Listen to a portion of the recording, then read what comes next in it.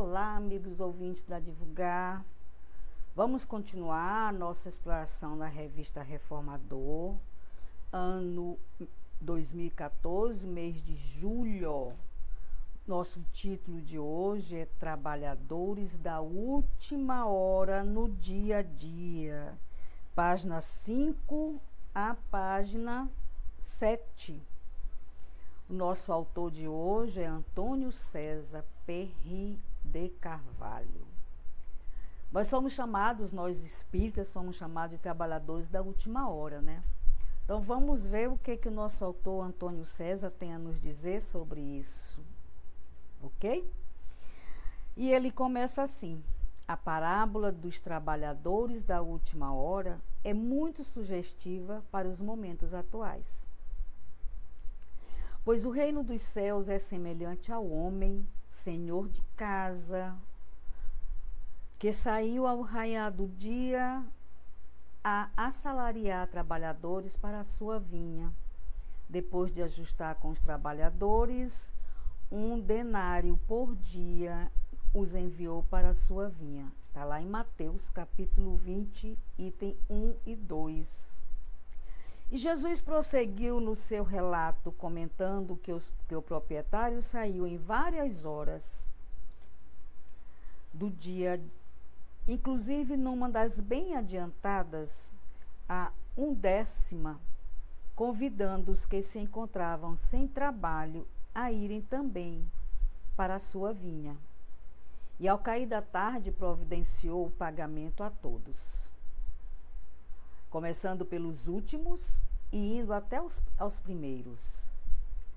Houve questionamento por parte dos que estavam trabalhando desde o primeiro momento. Após esclarecer sobre o seu procedimento, disse: assim os últimos serão os primeiros, e os primeiros, entre parênteses, serão últimos. Está lá em Mateus capítulo 20, item 16. Toda vez que eu leio esse capítulo no Evangelho segundo o Espiritismo, eu fico encantada, porque ele explica para a gente que nós não temos diferença para ele, todos nós somos iguais. Nosso trabalho, ele é bem-vindo desde aquele tamanho de 10 horas por dia, aquele de 1 segundo. Todos são dignos, todos são bem-vindos, todos são benditos. Continuando, na análise da parábola, o codificador inclui a mensagem que a relaciona com a situação atual dos espíritas, no contexto do processo do conhecimento e prática da religiosidade e da moralidade na nossa civilização.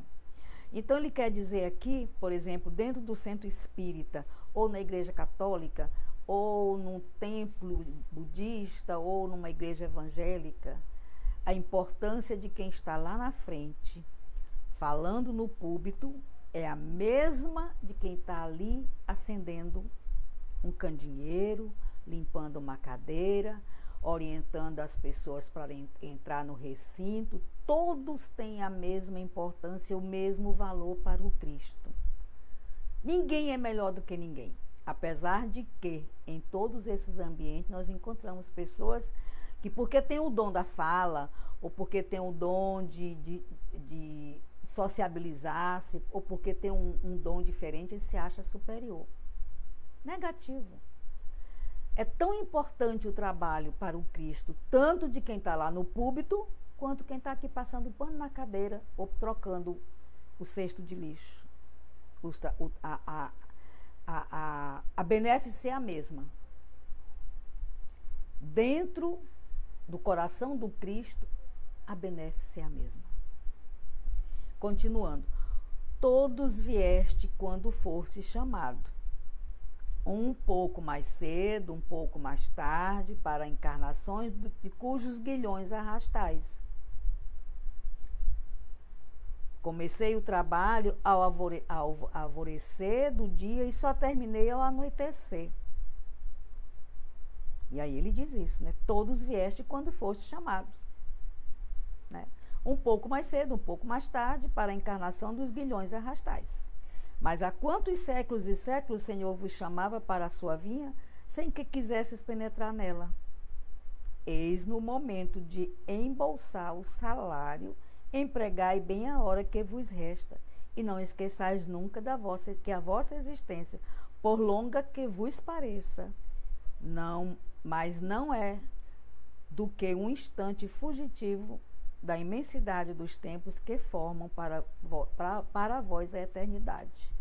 Então Jesus deixa muito claro que o tempo para ele não importa se é 10 horas ou se é um segundo. Você veio quando você foi chamado, você é beneficiado com o amor do Cristo, lhe beneficiando em termos dos seus equívocos, né? Ao situar os espíritas como trabalhadores de última hora, o Evangelho, segundo o Espiritismo, põe em relevo alguns aspectos que devem merecer reflexões, inclusive para a eventual explicação da parábola no contexto do movimento espírita. Os espíritas provavelmente somos aquele que já tivemos inúmeras oportunidades para nos afeiçoarmos à lei divina, até mesmo nos séculos posteriores à mensagem do Cristo. Há quantos séculos e séculos o Senhor vos chamava para a sua vinha, sem que quiseste penetrar nela?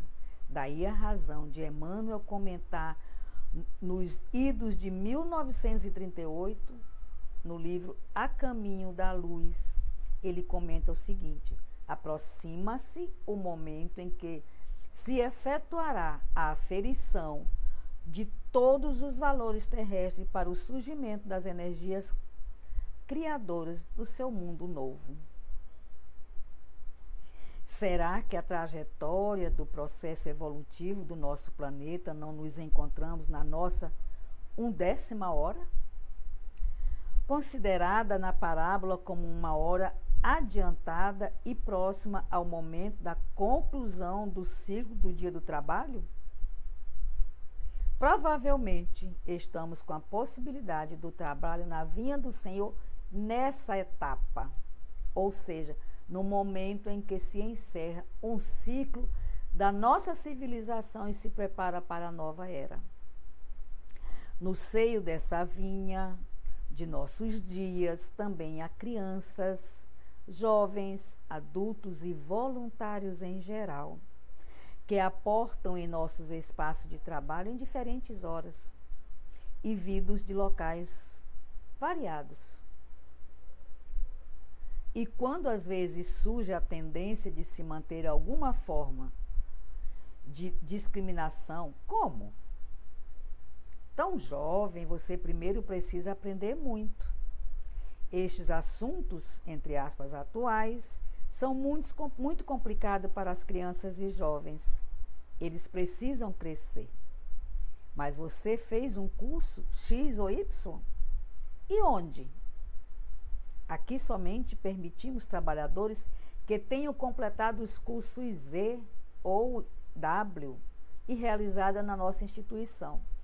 A gente ouve tanto isso nos centros espíritas, principalmente. A gente tem necessidade de trabalhar, mas não, que só se fizer o curso A, curso B, curso C.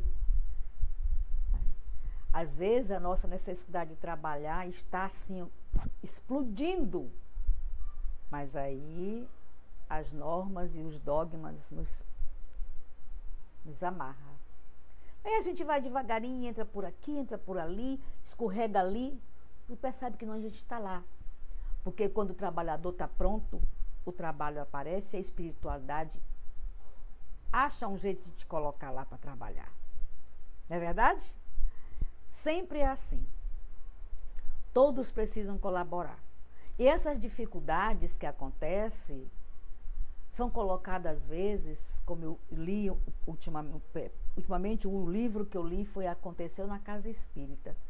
E aí, quando eu li esse livro, eu entendi perfeitamente o porquê acontecem as dificuldades dentro de um centro espírita.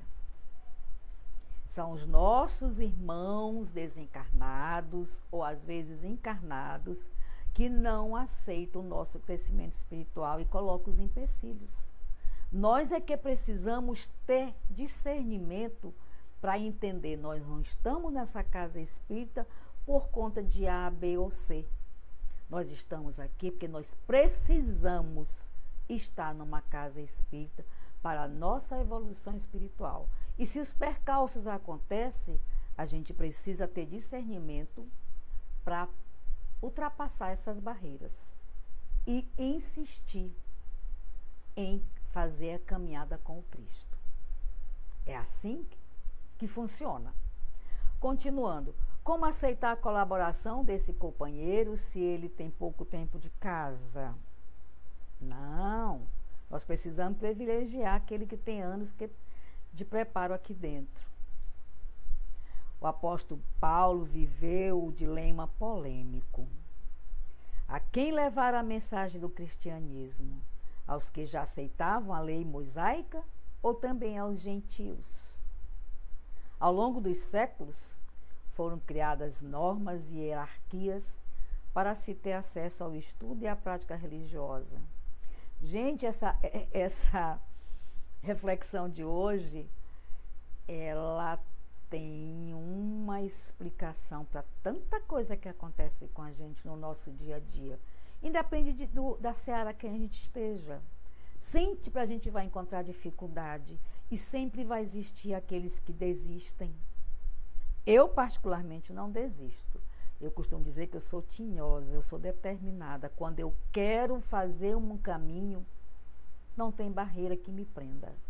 Eu vou, entro pelo meio, eu saio por aqui, eu escorrego dali, mas eu faço a minha caminhada. Eu sempre fui assim, em todos os segmentos da minha vida. Eu não desisto, eu sou teimosa, eu sou determinada. E como meu avô dizia, eu sou tinhosa. Graças a Deus, né? Porque se a gente fosse abandonar as searas que a gente frequenta por decepções, por ser tratado mal, por ser ignorado, por ser maltratado por algum colega, a gente desistia de todas as searas. Eu não desisto, porque eu digo isso para mim. Eu estou na seara X porque eu preciso estar lá, enfrentando as barreiras e aprendendo a superar essas barreiras.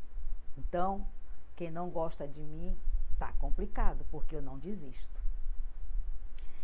E assim todo mundo precisa ser, para que a gente possa crescer espiritualmente. A gente precisa, lembramos dos apóstolos e de toda a gama de mártires que aconteceu ao longo da história do Cristo, e nenhum desistiu. E o que acontece conosco hoje é tão pequenininho, é tão miudinho em relação ao que os mártires ao longo da história do Cristo sofreram, que a gente tem mais é que relevar e não se importar. Porque é muito fragilizado, muito pequeno, muito sem importância, porque as benéficas são elevadamente maiores. Então, vamos manter a nossa fé. Continuando, torna-se evidente nesse contexto a oportunidade do plano de trabalho para o movimento espírita. 2013-2017, aprovado pelo Conselho Federativo Nacional da FEB, define na sua diretriz: difundir a doutrina espírita através do seu estudo, da sua divulgação e da sua prática, colocando-a ao alcance e a serviço de todas as pessoas, indistintamente, independentemente de sua condição social, cultural, econômica ou de faixa etária. Que maravilha, hein? E essa diretriz é coerente com o capítulo 20 da obra de Kardec, na qual está inserida a mensagem de Erasto, intitulada Missão dos Espíritas, e depois levai a palavra divina. O plano citado ainda apresenta diretrizes para a união, adequação de centros e preparação de trabalhadores. E a proposta espírita para o trabalhador das instituições deve ser condizente com a mensagem de fraternidade e solidariedade que emana do Cristo, a qual pode ser sintetizada em palavras-chave constantes de recente campanha da Federação e da FEB, definindo as tarefas primordiais dos centros espíritas: acolher, consolar, esclarecer e orientar. Eita, nossa reflexão de hoje veio fundo, mas a minha missão é passar ela, então eu vou passar. E essas situações também podem acontecer no ambiente profissional e até na intimidade das famílias, onde os mais jovens ou os que estão chegando agora, entre aspas, algumas vezes são questionados e até isolados, porque não estão inseridos no contexto de, entre aspas, a primeira hora. No cenário profissional da atualidade, os tradicionais critérios de antiguidade são serviço e até de exclusividade de experiência em um único vínculo empregatício. Já não são muito considerados. Há muitas formas de valorização, de potenciais e experiências dentro do contexto diversificados, havendo mesmo tendências de se destacarem os valores humanísticos e os não cognitivos. E de outra mensagem do mesmo capítulo da obra de Kardec, Os Obreiros do Senhor, assinada pelo Espírito da Verdade, destacamos: Deus procede nesse momento ao censo dos seus servidores fiéis e já marcou com o dedo aquele cujo devotamento é apenas aparente, a fim de que não usurpem os salários dos servidores animosos, pois aos que não recuarem diante das suas tarefas, é que ele vai confiar os postos mais difíceis da grande obra da regeneração pelo Espiritismo. Cumprir-se-ão estas palavras: os primeiros serão os últimos, e os últimos serão os primeiros no reino dos céus. Os parâmetros dos ensinos morais do Cristo embasam o Espiritismo e compete-nos realizar um grande esforço para a internalização e colocação de prática dessas propostas de ação, iniciando-as na seara espírita. Eu estou sem palavras. Eu já havia estudado essa reflexão, achei ela muito forte. Ela aponta o dedo sem pena nem dó de nós espíritas da atualidade, nós trabalhadores da última hora no dia a dia. Mas não foi à toa, não foi por acaso que essa reflexão chegou às minhas mãos. E eu precisava repassar. E eu acho que eu repassei.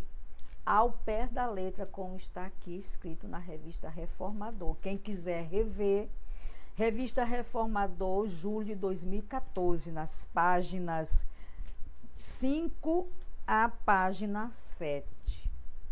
Eu espero que os meus irmãos espíritas todos ouçam, assistam essa reflexão, reflitam sobre nós precisamos refletir o nosso comportamento com os nossos irmãos que frequentam os centros espíritas, que estão chegando agora, ou que já estão lá há muito tempo, que já têm uma idade avançada.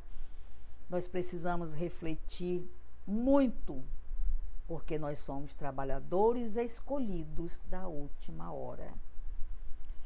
E o autor, de acordo com Allan Kardec, Kardec deixa muito claro aqui alguns posicionamentos a gente precisa deixar que os nossos irmãos trabalhem. Como aqui fala no final,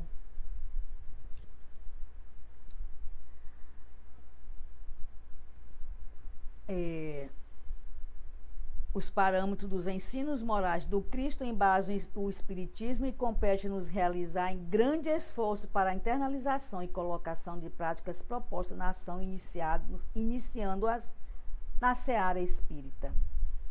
E quando ele fala, Kardec fala que os obreiros do Senhor, né, eles independem de idade, de condição social, de estudo, de conhecimento.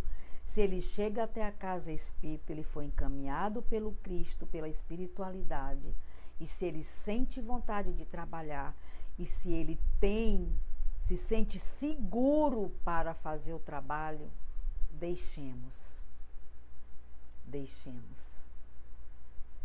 Nós não podemos barrar ninguém, absolutamente ninguém, independente da condição social, cultural, econômica ou da sua faixa etária.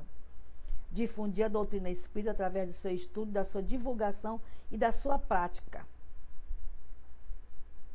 E é isso, eu me empolguei, me perdoem. Mais uma vez, muito obrigada pela companhia, pela paciência. Me desculpem, às vezes eu me empolgo e falo e dou depoimentos e faço comentários, mas eu tenho certeza que eu não estou aqui por acaso. Eu tenho certeza que a espiritualidade me conduz e me induz nesse momento, que quando eu me preparo para fazer as minhas gravações, eu faço minhas orações e peço que a espiritualidade tome de conta de mim nesse momento.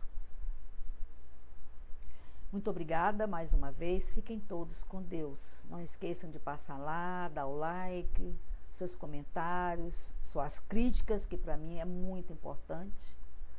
Para eu saber que eu estou fazendo o caminho, estou fazendo a coisa certa, né? E assim a gente segue. Wanda Barros, para divulgar.net. Até a próxima.